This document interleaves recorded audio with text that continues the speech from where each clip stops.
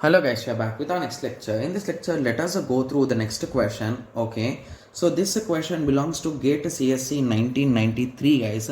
The given question is the details of an interrupt cycle are given in the diagram. Okay, so given that an interrupt input arrives every 1 millisecond, guys, it's a printing mistake, 1 millisecond, what is the percentage of a total time that the CPU devotes for the main program execution?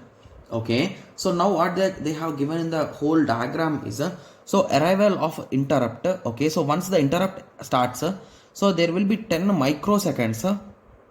Okay, the main program execution. Okay, saving of CPU state. Okay, so it will take 10 microsecond, 10 microsecond, again 80 microsecond and 10 microsecond. Okay,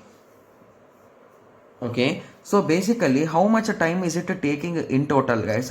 So basically this is for saving the CPU location, this is for interrupt service execution, this is for restoring the CPU execution. So basically these are the exact 3 steps which are done for every interrupt, right? Yes, so basically a total of 100 microseconds will be wasted due to this interrupt, right? So for interrupt we are wasting 100 microseconds, right?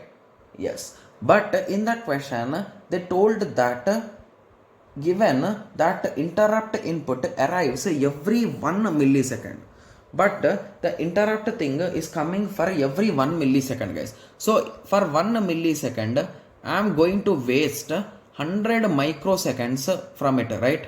Yes, so once this is done I am going to waste this much amount of time, right? Yes.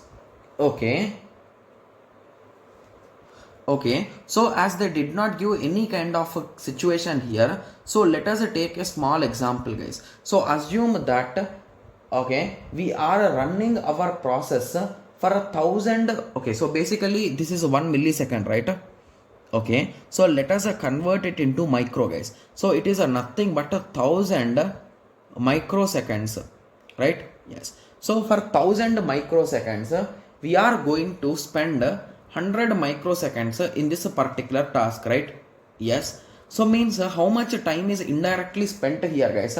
So only 900 microseconds is being used by the CPU, right? And the total time is 1000 microseconds, right? Yes, so if we cancel, what we are going to get? We are going to get 0.9. I think in the question they asked I think in the question they could have asked percentage. So if they have asked the percentage, it will be 90%. If they asked just the amount, it is a 0.9 value, guys, indirectly, right? Yes. Okay, so 0.9 times in probability. Okay, yes. So now I hope everyone got a clear idea, right? So it's a direct question, right? So the only thing is, if you understand the diagram, you can directly solve it. So this is the time which is wasted and this is the total time, right? Yes. So if this much time is wasted, means indirectly 900 units of time is used. So 900 units by 1000 units, you're gonna get 90% of the time is utilized by the CPU. Got it? Yes. So basically they told CPU percentage. Yeah, here they give. So the answer is a 90%. Got it? Yes. So now I hope everyone got a clear idea, right? Yes. So it's a quite easy and it's a direct question, right? Yes. So I hope everyone got a clear idea on this. So in the next lecture, let us continue with the next question. Thank you. Thanks for watching. Like, share and subscribe for more awesome videos like this. Thank you.